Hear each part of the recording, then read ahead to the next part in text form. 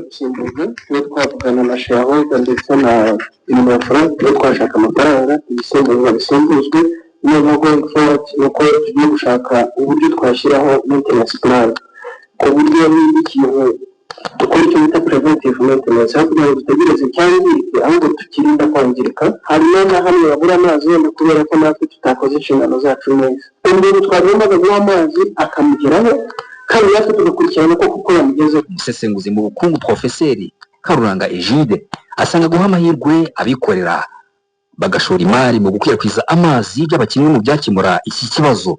Ni gute tutabasha ku supply side kuki abatanga amazi bibananira? Ni ikibazo gikomeye. Ubaje no kukibazo bwonyine ukibaje wenyine wabonye igisubizo. Abantu bashobora kwishyura amazi kuko ubu ubonye amajerekani ugenda ku muhanda ubona batonze umurongo ukabona bafite ku magare ukabona ijerekani barangeze ku gihumbi. Tuvuga abantu bashobora kwishyura amazi kubitayakora. Amazi kuyakora se ni ibintu bikomeye. Ni ibintu byose twakoze muri kino gihugu. Niyo mubwira rero ngaruka ngo ibintu by'amasaki bivuze abantu bose tugira dusesura umeza kubera ko management ntago ari ikintu kiri n'abantu bose bigishije muri kino gihugu ni byinshi cyane. Ntabwo nzi rero aho bipfira ko ukoze decentralisation ugaprivatiza ukazanamo tekinoloji nshya ukigisha abantu ko cyangwa ukabategeka ko buri nzu igomba kugira catchment y'amazi y'imvura ukabereka ukuntu amazi y'imvura avamo amazi yo kunywa kubona ibintu byoroshye. So rero ntekereza ko tugomba kudecentraliza nkuko twadecentralije ubunganire twadecentralije imisoro twadecentralije ibintu byinshi n'amazi dukwiye kuyaprivatiza. Icyo ni icyambere. Icya kabiri tukadecentraliza ku buryo buri muntu wese ahari abona amazi. Ibyo ni byakemura ikibazo. Minisitiri w'Intebe Dr Justin Nsengiyumva agaragaza ko mu rwego rwo gushakira ibisubizo birambye ibibazo by'amazi guverinoma ifite ingamba zirimo izo kongera ibikorwa remezo. Guverinoma irimo gushyira mu bikorwa imishinga izatuma ingano y'amazi atunganywa iyongera. Turateganya kuva kuri metero cube 367 tukagera ku 688 muri 2029. Ibyo rero byose kugira ngo tubigereho dufite imishinga nababwira imwe muri yo. Hari umushinga wo kwagura ubushobozi bw'uruganda rwa Nzove ya gatatu bukava kuri metero cube 40,000 ku munsi ukagera kuri metero cube 65,000 ku munsi. Uyu mushinga ukaba uzaba urangiye muri Nzeri 2026 no kuvuga uyu mwaka turimo. Hariho kandi gutegurwa umushinga wo kubaka uruganda rwa Nzove ya kane ruzajya rutunganya amazi y'inyongera agera kuri metero cube 150 ku munsi. Biteganyijwe ko uyu mushinga uzaba warangiye mu gihe cy'imyaka 3 no kuvuga mu kuboza 2029. Undi mushinga ukomeye navuga no kuvugurura uruganda rw'amazi rwa Karenge ku buryo muri Mutarama 2029 ruzaba rutanga metero cube 48,000 ku munsi ruvuye kuri metero cube 12,000 rutanga uyu munsi. Kugeza ubu mu Rwanda hari inganda 24 zitunganya amazi.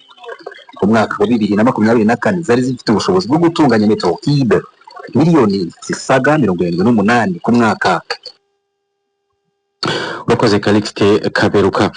Mu zindi nkuru tubafitiye reka twerekeze mu zirebana n'ubuzima aho Minisiteri y'Ubuzima yatangije ikoreshwa ry'ikoranabuhanga ryitwa telemedicine ryifashisha ubwenge buhangano cyangwa se intelligence artificielle mu rwego rwo kugabanya impfu z'ababyeyi n'abana bapfa bavuka no kunoza serivisi z'ubuvuzi. Ni gahunda yishimiwe n'ababyeyi ubwo yatangizwaga mu bitaro bya Nemba biherereye mu karere ka Gakenke. Reka inkuru tubaze Byiringiro Robert.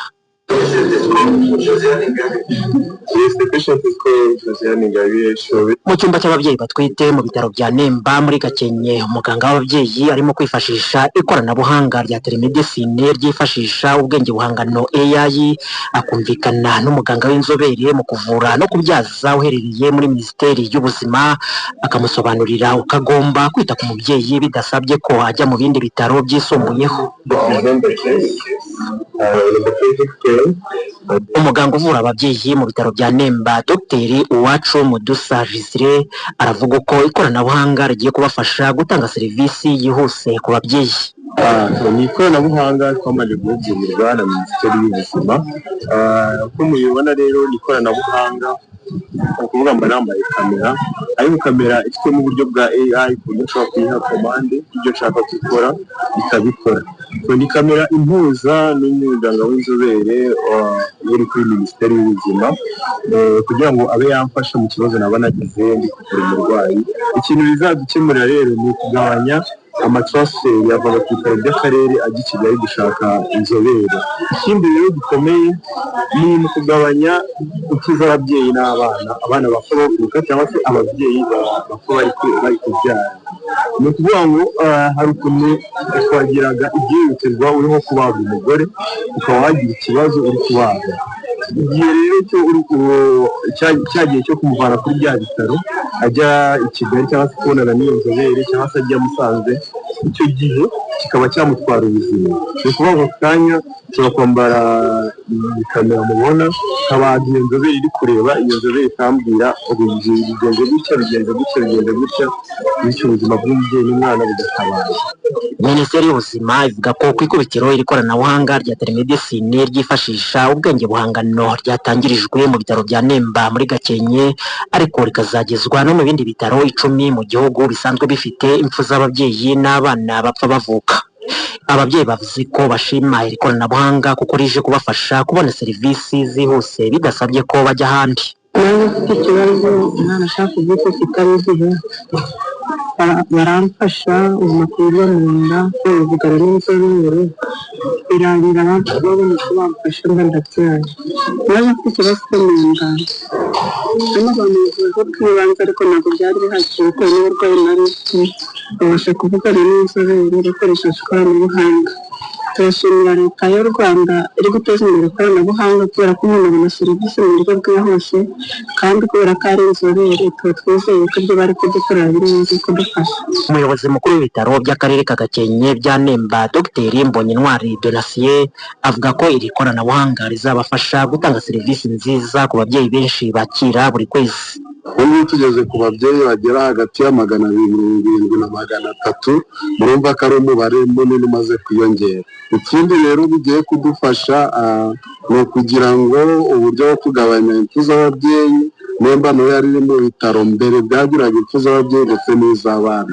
Rero ubu ni ukugira ngo dushyiremo imbaraga kugira ngo tugabanye izo mpfu z'ababyeyi n'iz'abana, cyane cyane nk'iyo turi gukoresha uburyo bwa AI ndetse no gukoresha uburyo bwa telemedicine ndetse n'ibindi tugiye gutangira bya paperless hano mu bitaro. Byose ni uburyo Minisiteri irimo kudufasha kugira ngo tuzamure ireme ry'ubuvuzi ndetse n'abantu batugana serivisi zabo zihute badatinze.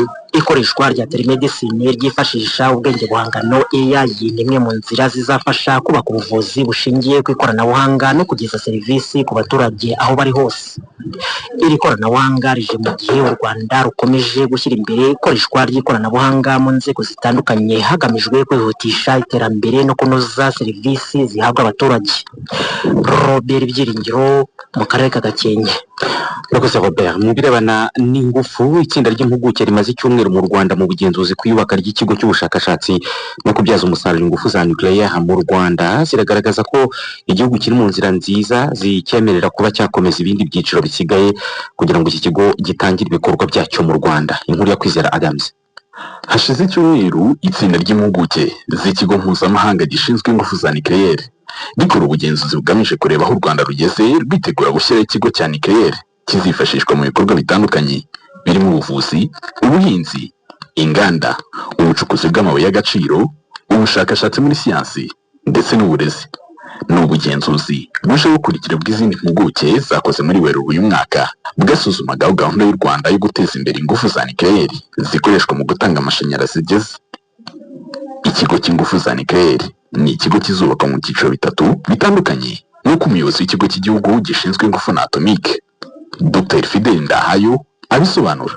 Gahunda dufite nuko n'ubundi kiriya kigo uko kimeze ntabwo kizubakirwa rimwe, hari facilities zagenda zubakwa tubona dukeneye ubu izindi zikagenda tuzakoresha icyo twita phased approach. Muri phase ya mbere ubundi turashaka kubaka ibijyanye na nuclear medicine ndetse n'ibikoreshwa muri agriculture, hanyuma phase ya kabiri hari ibindi biteganyijwe, hanyuma phase ya gatatu hakazaba research reactor izamaho ngaho. Nk'uko bisobanurwa n'umwiteganyamigambi ry'iki kigo cyitezweho ubundi ahanini kuba igicumbi cy'ubushakashatsi mu ngufu za nucleaire mu nzego ziri mu buzima, ingufu z'amashanyarazi, inganda n'ibindi, cyane ko ngo kugeza ubu zimwe muri kaminuza zo mu Rwanda zatangiye kwigisha amasomo ajyanye n'ikoreshwa ry'ingufu za nucleaire na kimwe mu bizakenerwa ubwo iki kigo kizaba cyuzuye. Igitekerezo rero ni ukuvuga ngo za kaminuza zirimo kwigisha ibyo bintu igihe cyo gukora ubushakashatsi zizajya zikoresha icyo kigo. Bivuze ariko na RAEB nayo ifite abantu barimo gutegurwa bazajya bakorera muri icyo kigo bakora ubushakashatsi bafatanya n'abandi baturutse hanze. Abo rero abo kubikoreramo ntabwo ari ikibazo kuko dufite gahunda yo gutegura abantu bazabikoresha n'abazakoreramo ndetse ijyanye na roadmap yo kubaka icyo kigo ku buryo bizarangira ikigo gihita gikora. Umuyobozi mukuru wungirije w'ikigo mpuzamahanga gishinzwe ingufu za atomike Mikhail Shudakov avuga ko u Rwanda ruhagaze neza mu bijyanye n'urugendo igihugu cyatangiye rwo kubaka ikigo cy'igihugu cy'ingufu za nucleaire zifashishwa mu bikorwa by'amahoro. Aha Shudakov yasobanuye iby'ingenzi nkenerwa kugira ngo ikigo cyo cyatangira urugendo rurwemerera kubaka uruganda rwa nucleaire. That should be commitment of the government, commitment of the country, and ubundi hakwiye kubaho ubushake bwa za guverinoma z'ibihugu ndetse n'abakozi biteguye mu bushobozi bwo gukora mu nganda za nucleaire, kandi icyo ni nacyo kintu cya mbere dusaba iyo turi gukora ubugenzuzi ku nganda za nucleaire. Request for the nuclear power plant. Mu nama iheruka kubera i Kigali muri Gicurasi uyu mwaka ku ikoreshwa n'ingufu za nucleaire muri Afurika, Perezida wa Repubulika Paul Kagame yavuze ko nyuma y'ubugenzuzi bw'icyiciro cya mbere cy'uruganda rw'ingufu za nucleaire bwakozwe bugaragaza ko nta kabuza u Rwanda ruri mu murongo mwiza w'ikoreshwa ry'ingufu za nucleaire mu rwego rw'inganda kandi mu buryo butanga umusaruro. Rwanda is pleased to have successfully completed. U Rwanda runejejwe no kuba rwararangije neza icyiciro cya mbere cy'ubugenzuzi bukorwa n'ikigo mpuzamahanga gishinzwe ingufu za nucleaire. Intego y'u Rwanda ni uko ingufu za nucleaire zizaba zitangiye gukoreshwa mu ntangiriro z'umwaka wa 2030, kandi ubu bugenzuzi bwemeje ko turi mu nzira nziza yo kugera kuri iyo ntego. Kuri Afurika ingufu z'ikibazo cy'iterambere gusa, ahubwo nizo shingiro ry'iterambere ry'inganda mu guteza imbere ubukungu ndetse no kuzamura ubushobozi bwo guhangana ku isoko. It is the foundation of industrial growth and competitiveness. Biteganyijwe ko ikigo cy'ubushakashatsi ku ngufu za nucleaire Center for Nuclear Science and Technology kizubakwa i Gashora mu karere ka Bugesera, aho kizatwara asaga miliyoni 500 z'amadolari y'Amerika. Adams Kwizera, Radio Rwanda, i Kigali. Urakoze Adams Kwizera. Hari abadukurikiye batwandikiye batubwira icyo batekereza kuri aya makuru turimo kubagezaho, barimo Olivier Ntacyurutimana ari mu Ruhango. We ati turishimira iryo koranabuhanga ryifashishwa mu buvuzi ryatangiye mu Rwanda kubera ko bijye gutuma abakora mu rwego rw'ubuvuzi banoza serivisi kandi binagabanye impfu z'abana bapfa bavuka ndetse n'ababyeyi bapfa babyara. Sibomana Samuel we aratwumvira mu murenge wa Mahama, ati n'ukuri wasake nirebe icyakorwa rwose abaturage babona amazi muri iki gihe cy'impeshyi kubera ko amazi akomeje kubura cyane.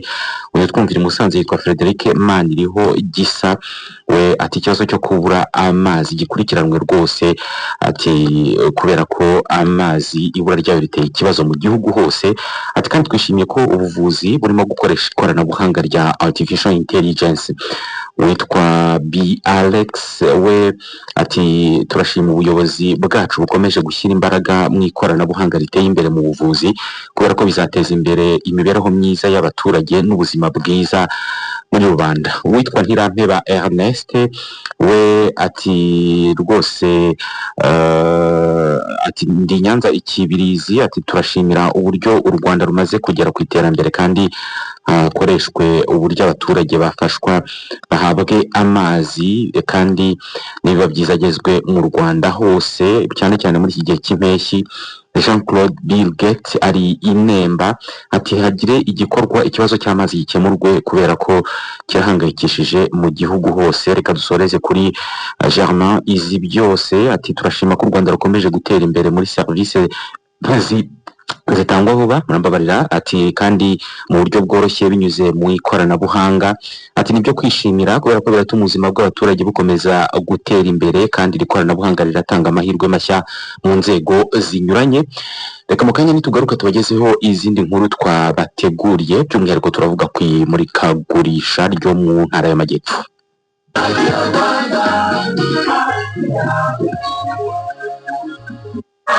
Abantu bafite ubuzima nababona amahirwe bakayakoresha.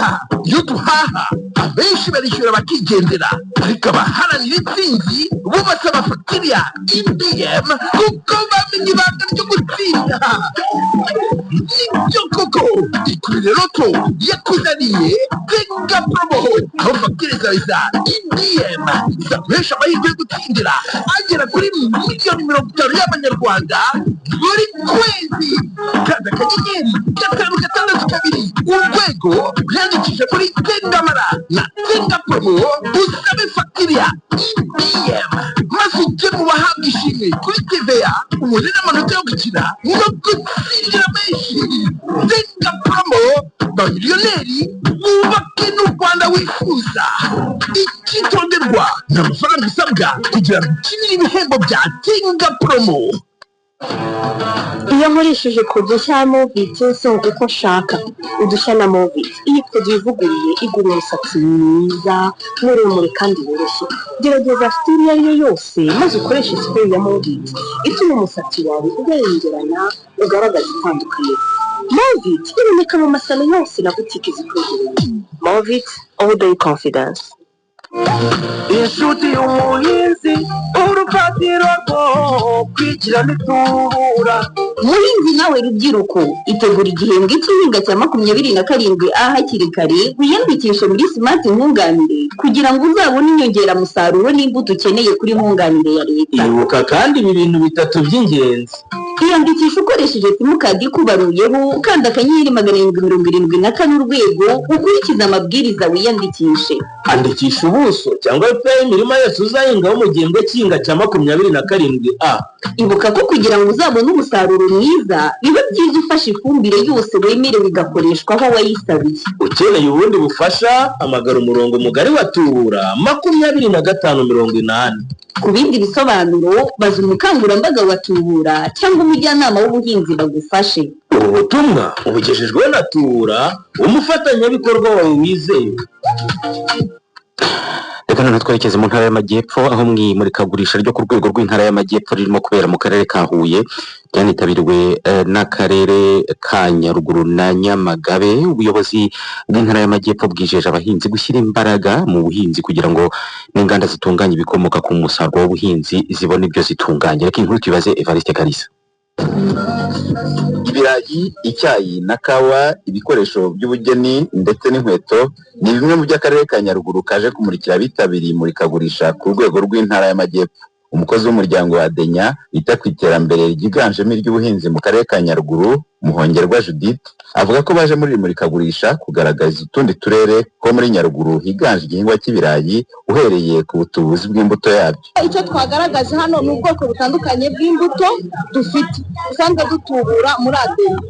Igihe rero badukenereye tubaha aderesi, hariho telefone zacu noneho bakaduhamagara kuko ubu turi mu gihe cy'izuba n'ubundi ntabwo yazitwara ubu ngubu bajya kuzitera, ariko ejo bundi mu kwa 9 turaba twinjiye mu gihe cy'ihinga nyirizina baduhamagara imbuto zikabasha kubageraho ko turazifite. Umurutasate Judith nawe yaturutse mu karere ka Nyaruguru aje kugaragaza amata yatunganyirizwa. Amata yacu turayakira ku ikusanyirizo tukayateka twamara kuyateka tukayahuza tukayavuza. Mu by'ukuri ni amata y'umwimerere, nta kindi kintu cy'iruhande dushyiramo, ni amata y'umwimerere gusa. Ukuriye urugaga rw'abikorera mu ntara y'Amajyepfo Uwitije Bernard avuga ko bafite umuhigo wo guteza imbere inganda ariko cyane cyane izitunganya umusaruro w'ubuhinzi n'ubworozi nk'intara yiganjemo ibi bikorwa. Hari ibihingwa tumaze kubona yuko byazamura ubukungu kandi bikanongera kumenyekana kw'intara n'uturere dutandukanye bishingiye ku mahirwe ari muri buri karere. Urukomeje ku birayi bya Nyaruguru na Nyamagabe n'ibirayi bikunzwe cyane ku isoko, kandi urebye na Nyamagabe hari ubuso bunini leta yahaye abaturage bari gukora ubuhinzi ku rwego navuga rw'ubucuruzi bwisumbuyeho. Aho rero tukaba dukomeza gushishikariza abikorera gushoramo imari, kuko iyo ushoye imari mu buhinzi isoko rirahari, kuko abanyarwanda umubare wacu demografi bigaragara ko twemeza kongera umubare niwo dukeneye dutunga, ahubwo twanatekereza no kubyongerera agaciro. Ibyo rero birareba Nyamagabe, birareba Nyaruguru n'ahandi hose. Ni ibintu twebwe nk'abikorera tubonamo amahirwe kandi tunashimira ko leta yadushyigikiramo, kandi tukaba twiteguye gukomeza kubiteza imbere. Guverineri w'intara y'Amajyepfo Madamu Kayitesi Alice avuga ko nabo nk'ubuyobozi bazakomeza kwita ku buhinzi nk'imwe mu nkingi y'ubukungu bw'iyi ntara. Icyo bidusaba cyane nk'ubuyobozi ni ukwegereza abaturage ibikenerwa ku gihe, twongera umubare w'abacuruzi inyongeramusaruro, ariko noneho tukanashyigikira abaturage bacu binyuze mu makoperative uburyo bwo kubyikorera. Nk'ubu natanga urugero ko mu gihe cy'imyaka itageze kuri 3 akarere ka Nyamagabe kamaze kuzamuka ku gipimo kirenga 35% mu kwihaza ku mbuto y'ibirayi. Ibyo kandi tunabikora no mu karere ka Nyaruguru, aho kugira ngo abahinzi bashake guhinga babura imbuto, tugafatanya n'abahinzi bamaze igihe amakoperative atandukanye ubwabo bagafasha abaturage kwagura ubuhinzi ariko banababonera imbuto hafi. Ikindi ni ugukurikirana ibihembwe by'ihinga, ariko no kugenda dufasha abaturage. Murabizi ko tumaze umwaka n'igice wa kabiri turi muri porogaramu ya Focasi. Iriya nayo ni imwe muri porogaramu idufasha ko tuzamura umusaruro w'ubuhinzi ariko tukanakurikirana bya hafi abahinzi, ari kubegereza ababafasha ba agronome, kumenya yuko imbuto yagereye ku gihe n'ifumbire. Kugeza ubu mu ntara y'Amajyepfo habarurwa inganda zirenga 50 ziganjemo izongerera agaciro ibikomoka ku musaruro w'ubuhinzi n'ubworozi. Ni intara inagaragaramo n'ubucukuzi bw'amabuye y'agaciro ndetse n'inganda zikora ibikoresho by'ubwubatsi. Kalisa Evariste mu ntara y'Amajyepfo. Urakoze Kalisa, reka twerekeze mu nkuru zivugwa hirya no hino ku isi, duhereye hano ku mugabane wa Afurika. Abanje 44 bapfiriye cyangwa se bakaburirwa irengero mu nyanja mu cyumweru gishize hafi y'inkombe za Mauritania bari mu bwato bwahagurutse muri Gambia bugana muri Espagne. Hagati y'itariki ya 14 n'iya 18 muri uku kwezi, ibikorwa byo gutabara no kwakira abarokowe byakorewe mu mujyi wa Nouadhibou ni muri Mauritania. Ishami ry'umuryango w'abibumbye ryita ku mpunzi rivuga ko abantu bagera kuri 400 aribo babashije kurokorwa muri ibyo bikorwa. Bumwe muri ubwo bwato bwari bumaze hafi iminsi 25 bureremba hejuru y'inyanja mbere yuko bari baburimo batabarwa hafi y'inkombe za Mauritania. Abagenzi 143 bari muri ubwo bwato barapfuye, abandi baburirwa irengero mu gihe 38 gusa aribo barokotse, nuko iri shami rya LONU rishinzwe impunzi ribigaragaza. Iri shami rya LONU rivuga ko aya makuba ari ikindi kimenyetso kigaragaza icyago kibasiye abantu gituruka ku nzira z'akaga bimukira banyuramo bagerageza kuva mu bihugu bitandukanye berekeza mu bihugu by'Uburayi. Ariko uyu muryango ukavuga ko binagirwamo uruhare rukomeye cyane n'abitwa ba passeurs cyangwa se abakora ibikorwa byo kwambutsa abantu, babahaye amafaranga, babijeje ko bageza ku mugabane w'Uburayi bakabaha amafaranga menshi, bikaba ari nabyo bituma iki kibazo kidakemuka mu buryo bwihuse cyane. Ni ikibazo kinahangayikishije bimwe mu bihugu bitandukanye by'Uburayi bikomeza kwakira bimukira baturuka mu bihugu bitandukanye, by'umwihariko ibyo ku mugabane wa Afurika. Kikaba ari ikibazo kiteza izindi ngaruka zirimo icuruzwa ry'abantu mu bihugu bitandukanye birimo nka Libya, aho bamwe mu bimukira bambukira berekeza mu bihugu byo mu Burayi. Intambara Leta Zunze Ubumwe za Amerika zihanganyemo na Iran imaze gutwara Amerika miliyari 37,500 by'amadolari. Umunyamabanga wa Leta Zunze Ubumwe za Amerika ushinzwe ingabo cyangwa se ushinzwe intambara nk'uko basigaye bamwita, Pete Hegseth, yavuze ibi ubwo yari yitabye komisiyo ya Sena ishinzwe ingengo y'imari muri Leta Zunze Ubumwe za Amerika.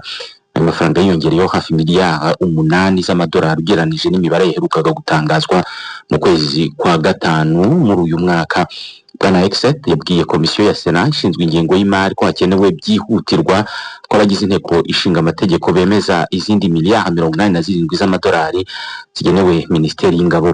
Muri aya mafaranga miliyari 67 zizakoreshwa mu bikorwa bya gisirikare mu burasirazuba bwo hagati. Ibyo biganiro byahuje umunyamabanga wa leta ushinzwe ingabo ndetse n'abasenateri byagiye birogowa cyangwa se bikomwa mu nkokora inshuro nyinshi n'abigaragambyaga bamagana iyi ntambara, bavuga ko badashyigikiye ko igihugu cyabo gikomeza kurwana intambara muri Iraq.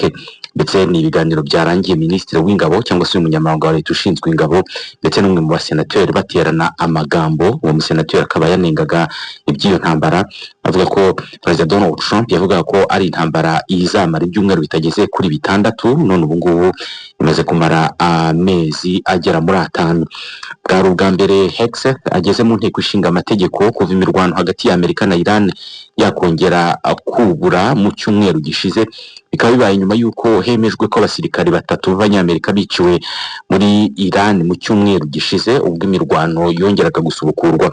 Mu kwezi kwa kane muri uyu mwaka ibiro bya Perezida wa Amerika byari byasabye inteko ishinga amategeko kwemeza miliyari 1,500 cyangwa se trillion 1 na miliyari 500 z'amadolari yo guha minisiteri y'ingabo mu mwaka utaha w'ingengo y'imari. Ibi bishobora gutuma Amerika ikoresha mu gisirikare amafaranga menshi itari yarigeze gukoresha mbere. Aya ngaya harimo ayo gukoresha mu kugura ibikoresho ndetse n'ayo gufashisha bimwe mu bihugu byo mu burasirazuba bwo hagati bisanzwe ari inshuti za Leta Zunze Ubumwe za Amerika. Ibihugu biniganjemo ibyarashweho na Iran kubera ko bicumbikiye ibirindiro by'ingabo za Leta Zunze Ubumwe za Amerika. Ni inkuru kandi igarutse mu bitangazamakuru nyuma y'uko Perezida wa Leta Zunze Ubumwe za Amerika Donald Trump yakiriye Perezida wa Liban kuri wa kabiri. Perezida wa Ukraine Volodymyr Zelensky we yirukanye umugaba mukuru w'ingabo z'icyo gihugu General Oleksandr Syrskyi. Ni icyemezo gifashwe nyuma y'iminsi mike minisitiri w'ingabo warukunzwe cyane n'abaturage Mikhailo Fedorov nawe akuwe mu nshingano ze. Ibintu byatumye hirya no hino mu gihugu haba imyigaragambyo isaba ko uyu minisitiri w'imyaka 35 yagarurwa mu nshingano kubera uburyo yarakunzwe n'abaturage, hanini biturutse ku buryo yahinduye imigendekere y'urugamba Ukraine irwanamo n'Uburusiya. Ibihuha byabanje kuvuga ko kuva ku mirimo kwa Fedorov kwari gufitanye isano n'amakimbirane yarafitanye n'uyu mugaba w'ingabo Syrskyi. Ibihuha byaje no kwemezwa. Fedorov w'imyaka 35 yashimwe cyane n'abaturage kuba yarazanye imbaraga nshya muri minisiteri y'ingabo, agahindura imikorere y'igisirikari ndetse akanayobora urugamba rwo kurwanya ruswa. Syrskyi w'imyaka 60 w'Abanya-Ukraine benshi bamufata nk'umuyobozi watojwe mu buryo bwa kera bw'Abasoviete, akaba umuyobozi udashaka gushyira mu bikorwa impinduka zikomeye mu gisirikare nko kurwanisha drone, aho uyu muministre w'ingabo wari cyo yashyizemo imbaraga mu rwego rwo kumenya ingengo y'imari yakoreshwaga ndetse no kugabanya umubare w'abasirikare bagwaga ku rugamba. Syrskyi yahise asimburwa na Mikhailo Drapati w'imyaka 43, akaba ari umujenerali ukunzwe cyane kandi ufite ubunararibonye bukomeye ku rugamba. Mu mashusho yashyize ku mbuga nkoranyambaga mu ijoro ryo kuri uyu wa kabiri, Zelensky yashimiye Syrskyi ku bikorwa bya gisirikare yayoboye birimo uruhare yagize mu kurinda neza umurwa mukuru Kiev mu minsi ya mbere y'intambara barwanamo n'Uburusiya. Intambara yatangiye mu kwezi kwa kabiri mu 2022. Zelensky kandi yanavuze ko mbere yanahuye na Fedorov wa minisitiri wakuwe ku nshingano bamwemerera umwanya ukomeye mu butegetsi nubwo atavuze uwo ari wo kandi nta nubwo yavuze niba Fedorov uwo mwanya yarawemeye. Mu cyumweru gishize Fedorov yasimbuwe na Yevgeny Kamra wahoze ari umwe mu bayobozi bakuru b'urwego rushinzwe umutekano muri Ukraine. Reka mu kanya gato kagiye kuza tubagezeho inkuru zivugwa mu mikino, turacyabafitiye n'inkuru zivugwa mu myidagaduro.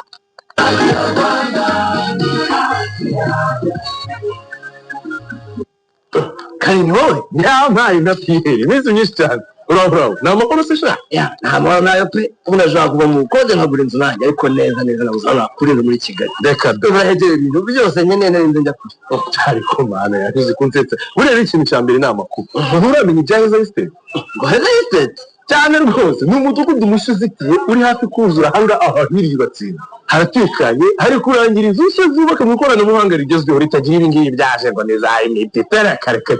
Ikindi noneho hari ikibuga cya siporo, amashuri y'incuke, amaduka kandi ibyo byose agati katikati aho ngaho mu mudugudu agasha abantu bashaka babona haza umwana w'amama yaha muri rubimenye iki dore ziruzura mu gihe kitarenze umwaka ubu nanjye yanjye namukajije kubirika hodeje reka danakuze shabwa n'amamukorera imbere amakuru neza nyine Heza Estate umudugudu ugezweho uzitiye kandi utekanye aho kuri ubu ibikorwa byo kubaka birimbanyije ukaba wakwiboneramo iyawe hakiri kare guhera ku mafaranga miliyoni 80 gusa.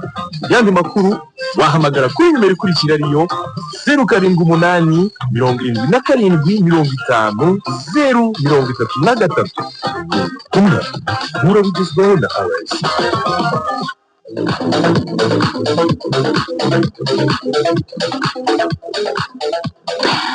Reka twinjire mu makuru avugwa mu mikino twakire mugenzi wacu Peter Twagirimana. Peter, reka tuguhe umwanya tubwire ibivugwa mu mikino. Yego murakoze, ibiri kuvugwa mu mikino reka tubihere mu ikipe ya Mukura Victory Sport. Iyi kipe iratangira imyitozo kuri uyu wa gatatu ku kibuga cya Kamena, ikaba ari imyitozo iri buze gukoreshwa n'umutoza usanzwe wongerera imbaraga abakinnyi. Niyo nkuru Ramazani. Imyitozo ya Mukura irakorwa n'abakinnyi 21 muri 24 ikipe izakoresha mu mwaka w'imikino wa 2026 2027. Mukura kuri ubu idafite umutoza mukuru, amakuru hari nuko icyumweru gitaha azaba yamaze kuboneka, ndetse Mukura mu bakinnyi batatu isigaje kongeramo bose yamaze kumvikana nabo, igisigaye no kubatangaza. Ku rundi ruhande uyu munsi ku isaha y'isa 8 kuri Stade Amahoro harabera ikiganiro n'itangazamakuru, kikaba kiri buze kwibanda ku myiteguro y'imikino ya Sekafa Kagame Cup izatangira kuri wa gatanu tariki ya 24 Nyakanga. Irushanwa rihuza amakipe yo muri Afrika yo hagati ndetse n'iy'Iburasirazuba ritegurwa na Perezida Paul Kagame kuva muri 2002, byaherukaga kubera mu Rwanda muri 2019. U Rwanda ruhagarariwe na APR Football Club ndetse na Rayon Sport. APR izatangira ikina na Gor Mahia kuri uyu wa gatanu. Gor Mahia yo muri Kenya, akaba ari umukino uzaba ku isaha y'isa moya, ni mu gihe Rayon Sport yo izakina ku cyumweru ku isaha y'isa 12 aho izatangira ikina n'ikipe ya KVS Sport Club yo muri Zanzibar. Reka tujye hanze y'u Rwanda mbabwire ko ibihugu bigera kuri 3 aribyo Burkina Faso, Niger ndetse n'igihugu cya Mali byamaze gutanga ubusabe bwabyo kugira ngo bizakire imikino y'igikombe cya Afrika cya 2032. Ikindi gihugu kitezweho ko kiribuze gutanga ubusabe bwacyo ni igihugu cya Senegal. Ku rundi ruhande kandi ikipe ya Bo Rangers yo muri Sierra Leone yatwaye shampiyona ishobora kutitabira amarushanwa ya CAF Champions League kubera ibibazo by'ubukungu bitifashe neza muri iyi kipe. Ikipe irasabwa byibuze kuba ifite ibihumbi 250 by'amadolari byazayifasha gutegura ingendo izakorera hirya no hino muri Afrika. Mu gihe rero byaba bitagenze gutyo, bishoboka ko ikipe ya Star Sport Academy yabaye ya kabiri ariyo yayisimbura. Reka ndetse gato ze tujya hanze y'imbibi za Afrika.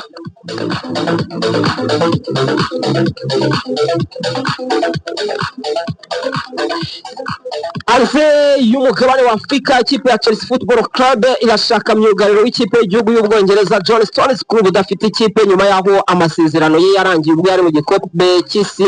Kari umusore wari usanzwe ukinira ikipe ya Manchester City. Chelsea kandi iracyari mu biganiro na Crystal Palace kuri myugariro Maxence Lacroix, bakanifuza Ramon Jacob wo muri Como mu Butaliyane.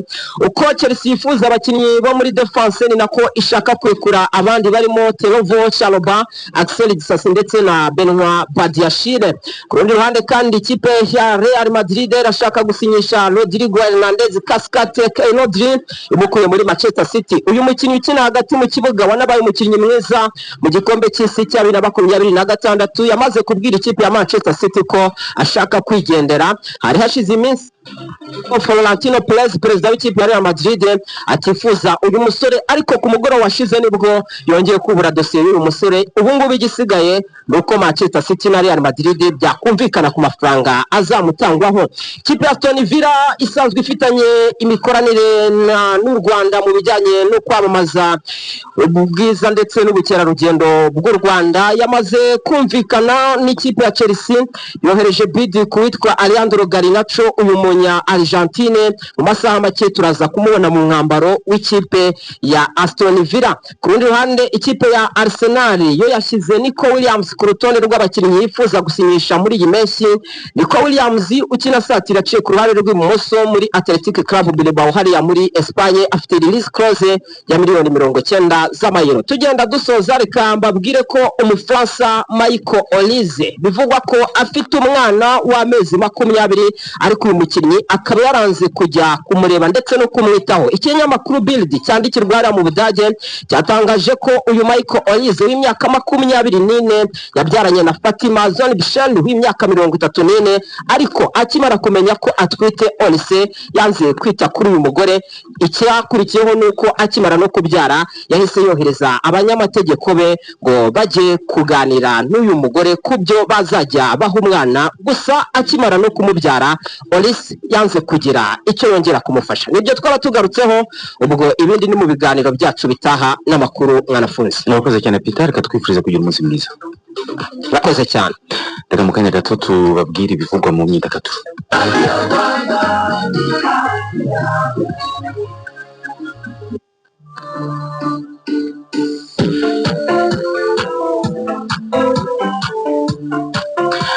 Reka twakire mugenzi wacu Anisette Polyvalent. Anisette, reka tuguhe umwanya tubwire ibigezweho mu myidagaduro haba hano mu Rwanda ndetse no hirya no hino ku isi. Urakoze cyane mwanafunzi, reka duhera hano mu gihugu cy'u Rwanda. Abagize itsinda rya Urban Boys ubwo nabahoze barigize kuko batandukanye, ubwo ndavuga Safi Madiba na Humble Jizzo bamaze kugera i Kigali. Abahanzi baje basanga mugenzi wabo Nizo Kabos babanaga muri Urban Boys, bagiye kwitegura igitaramo cya Iwacu Music Festival bazaririmbamo nk'itsinda tariki ya mbere Kanama 2026 azaba ari mu karere ka Rubavu.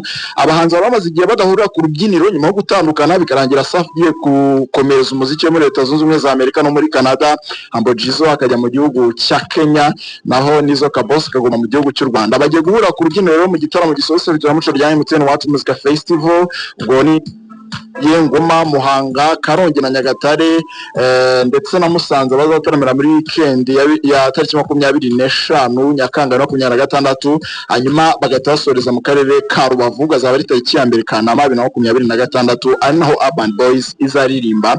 Igitaramo azahuriramo n'abandi bahanzi b'amazina akomeye mu muziki nyarwanda, gusa yiganjemo abahanzi bo mu kiragano gishya.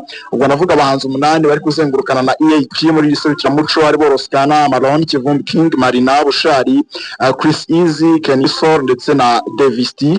Ubwo tukivuga ku bitaramo, Ambassadors of Christ Choir yo mu itorero ry'Abadventiste umunsi wa 7 itegerejwe muri James Comedy ku munsi w'ejo ku wa 4 za tariki 23. Abategura James Comedy rero ni ibitaramo by'urwenya bimaze kumenyekana mu gihugu cy'u Rwanda. Batangaje ko bazitabira icyo ku munsi w'ejo bazasurutswa n'abarimo Juno Kizigenza, ikorari ya Ambassadors of Christ ndetse n'itorero Intayoberana. Uretse aba bahanzi ari kandi Junior Giti, uyu ni umusobanuzi w'amafilme akaba ari n'umumanager w'abahanzi kuko niwe managinga umuhanzi Chris Easy twavuga uri muri Iwacu Music Festival.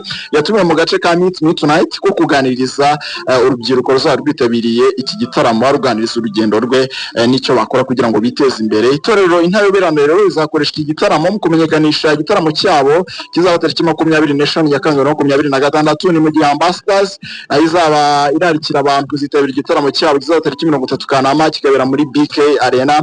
Ku rundi ruhande witwa Juno Kizigenza we yakomeje ibikorwa byo kumenyekanisha indirimbo nshya yise Ntaribi aherutse gushyira hanze. Ubwo kandi muri Kigali nyuma ya tariki 23 ubwo ni nyuma ya James Comedy tariki 24 ari igitaramo cyiswe Afro Carnival kizahuriramo abahanzi benshi b'amazina akomeye, harimo Element L mu gihugu cy'u Rwanda, harimo kandi Kivumbi King wo mu gihugu cy'u Rwanda. Ni igitaramo kizagaragaramo Amy Black wo muri Nigeria, Juicy Gigi wo muri Afrika y'Epfo, Boy Chance wo muri Nigeria ndetse n'abandi batandukanye. Hari aba DJ barimo Joke Sparker, barimo DJ Pyfo, DJ Ino. Ni mu gihe Muyango ari uzabiyoboye iki gitaramo nk'umuyobozi. Ni Miss Muyango Claudine ukomeje no kuvuga cyane ku mbuga nkoranyambaga nyuma yo kwerekana ubwoko bw'imodoka ya Mercedes Benz GLC 300 yaguze anahita yambika plaque mazina ye. Ni imodoka rero bivugwa ko ihagaze agaciro kari hagati ya miliyoni 45 na miliyoni 60 z'amafaranga y'u Rwanda. Uyu Miss Muyango Claudine kandi anahatanye mu marushanwa ya African Music Magazine Awards cyangwa se Afrima Awards 2026. Ahatanye mu cyiciro cya Best African Social Media Influencer. Ahatanye n'abarimo Kadirem ndetse n'abandi batandukanye bakoresha imbuga nkoranyambaga. Reka nse gato duhite dukomereza hanze y'u Rwanda.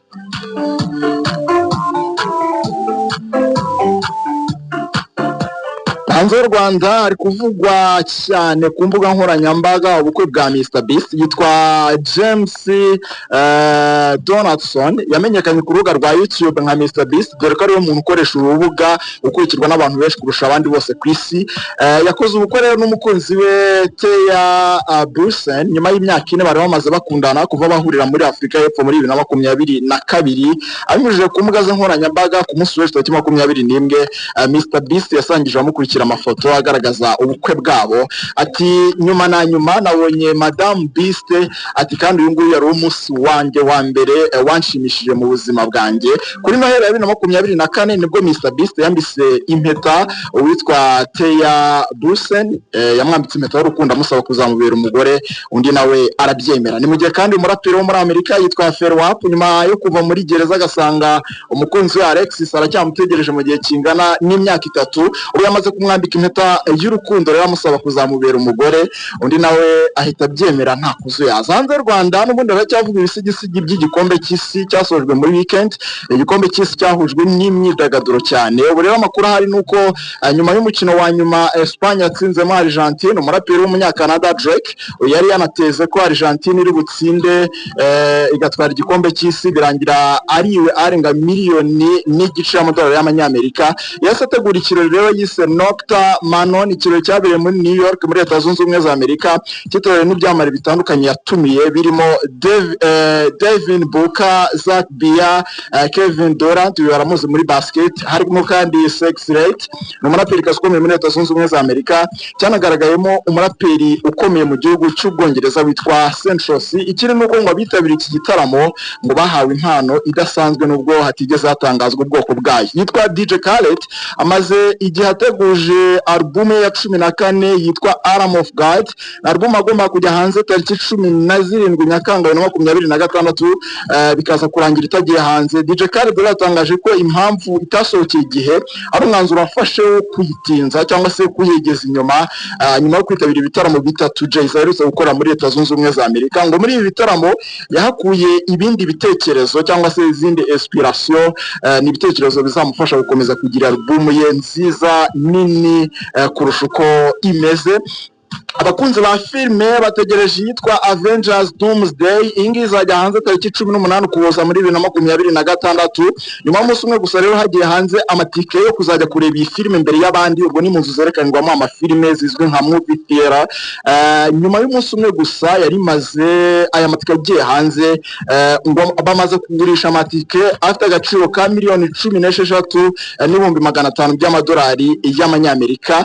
Hanyuma tukiri muri sinema yitwa John Banto, yamenyekanye cyane kunzwe zirimo The Punisher. Uyu nguyu yari no gukina muri filime yitwa The Odyssey, yagiye hanze mu cyumweru gishize. Yakeje umunyakenyakazi Lupita Nyong'o rero bitewe n'umwanya yakinnye yitwa Helen of Troy muri iyi filime The Odyssey, yagiye hanze mu cyumweru gishize. Uyu John yavuze ko uyu munyakenyakazi Lupita Nyong'o ngo yakinnye muri uyu mwanya neza cyane mu buryo budasanzwe. Atubwiza bwe, ubwitonzi n'ubuhanga byatumye abantu bose biborohera muri iyi filime kumva ko barwanira Helen. Ati byaranshimishe cyane kuba ari Lupita Nyong'o bahaye cyangwa se bahisemo ko azakina yitwa Helen. The Odyssey ni filime ikomeje kuvugisha abantu benshi amagambo ku isi bitewe no kurimo ibyamare bitandukanye. Birumvikana navugaga John Banto ndetse na Lupita Nyong'o, ariko kandi harimo Zendaya na Tom Holland. Aba ngaba barazwi cyane muri filime yitwa Spider-Man. Iyi filime kandi The Odyssey yakinnyemo Travis Scott, umuraperi ukomeye cyane muri Leta Zunze Ubumwe za Amerika. Niwe filime ya mbere yarakinnyemo. Yitwa Rick Ross,